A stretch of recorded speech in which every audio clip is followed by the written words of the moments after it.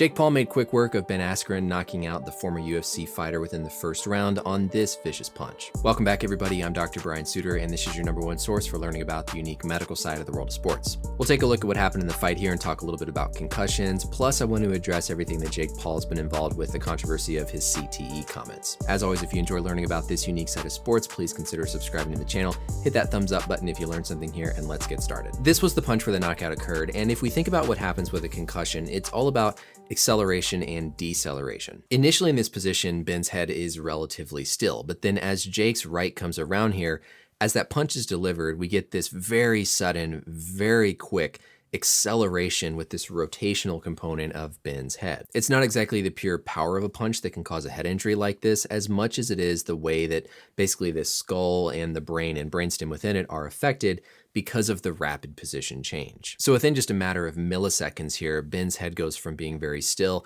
to then rapidly accelerating in this rotational direction to then again going back to being still. So acceleration, deceleration. Whenever that trauma then occurs to the brain, you get this massive depolarization or release of electric charge that causes this cascade of events in the brain that result in you losing consciousness, developing the symptoms of a concussion, and having this occur. Our brains are working off of all these electrical impulses and chemicals that are communicating between neurons.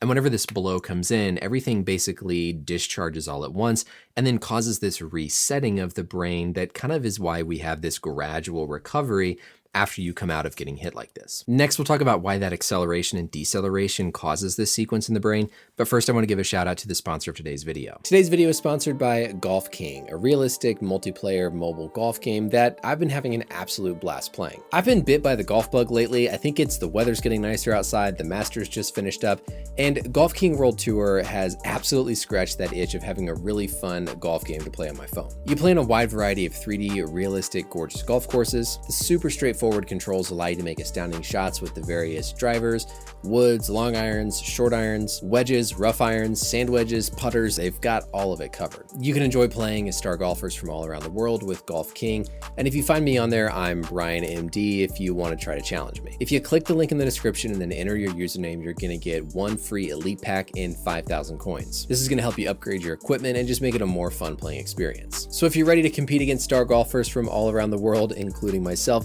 to claim that title of Golf King, then get started today. So again, head to the link in the description below to get 1 free elite pack and 5,000 coins. Play now with your family and friends, or just try to be the best in the world. So thank you again to Golf King World Tour for sponsoring today's video, and let's get back to our learning. If we look at our biodigital anatomy tool, this is essentially an illustration of what happens with a concussion.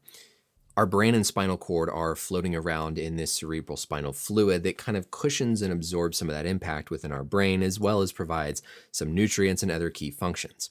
But because of that, our brain is able to basically kind of slosh around within this fluid. So whenever we have a sudden acceleration and deceleration, the brain basically smashes into the side of the skull, and that causes the trauma and damage to the brain. You can see here how initially the brain kind of bumps forward and then bam, kind of bumps into the back of the skull. That's what's going on with a hit like Askren took here. So with that picture in mind, now you can imagine as this punch comes in, brain is very still, but then as the skull moves, initially it's just the skull that spins around, the brain takes some time to catch up, and then as the skull and the head stop moving right here, the brain still has all that momentum to basically hit into the skull and cause that trauma. Now, I'm not going to make a judgment about the stoppage. I mean, it certainly looked like Ben had his gloves up and was coming forward to fight, but we can't see what's in his eyes. We can't see how he's kind of maybe spacey, kind of looking around, disoriented, like the referee can here. And even if this was continued, he was hobbled. He was still going to be affected by that hit, and a subsequent dangerous shot, which it looked like Paul was going to keep delivering, could have resulted in even more serious trauma. So in the overall kind of aspect of Ben's health going forward, it was probably in his best interest that it was ended, as opposed to continuing the fight and just giving him more damage when he's already at kind of the end of his career. So Jake Paul has clearly established himself as a legitimate boxer, which leads into this other discussion about his comments earlier in the week about CTE. Now, Paul, of course, came out and kind of apologized and said he misspoke on the serious situation, but he is now going to progress as a fighter in his career, and so this stuff is a lot more important. These are, of course, his comments where he talked about early signs of CTE. You said I've gone and gotten brain scans and have early signs of CTE. And as we've all learned since then, of course, and most people knew, you can't diagnose CTE with a brain scan. There's some clinical criteria that's only used for research purposes that's trying to look at a diagnosis of CTE, but so far there's no definitive objective way with a brain scan or with any blood test that we can diagnose CTE in a living person. It has to be diagnosed on autopsy. Now, this is, of course, one of those brain scans where Jake mentioned that he had signs of brain trauma, essentially. In this blog, he talked about how he had holes in his brain. And no, this scan isn't pointing out actual holes in the brain. This is something called a SPECT scan, and it's this nuclear medicine type of brain imaging study that looks at blood perfusion or blood flow. Whenever you see what looks like a hole, that's really just an area of reduced blood flow compared to either a healthy control or other areas of his brain.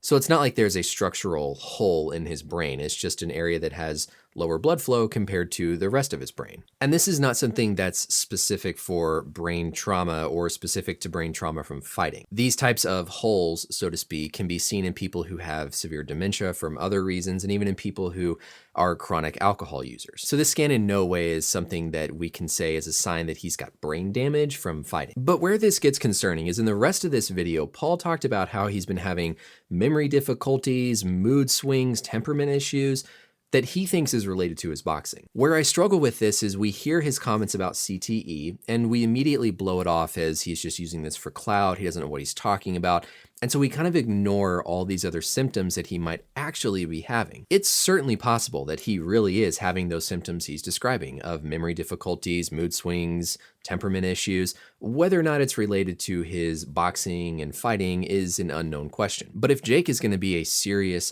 boxer going forward and this is going to be his career, this kind of stuff needs to be taken seriously. If he truly is having these symptoms, then yeah, it needs to be taken serious and be seen by a doctor and evaluated, because we've seen young people who have bad signs of brain trauma. I just hate how the comments about CTE kind of make us sweep all this under the rug and say, oh, he's just crazy, he's just doing this for clout. We have to take these symptoms seriously. And now that Paul has established himself as a real, legitimate boxer, this type of stuff is even more important. So for his own health, I hope that he understands this. I hope he takes these kind of things seriously. And if he truly is having symptoms that concern him like this, that he goes and gets proper evaluation, not with these fancy colored brain scans that show holes, but with a neurologist, with somebody who can really try to help him out and see if it's possible that boxing more could be harmful to his health. I want him to have a good, healthy, athletic career, and so I think we need to make sure we're taking this stuff seriously. That's it for the video, everybody. I hope this was educational and you learned something. Let me know, as always, any questions or comments down below, and until next time, we'll see you later. Bye.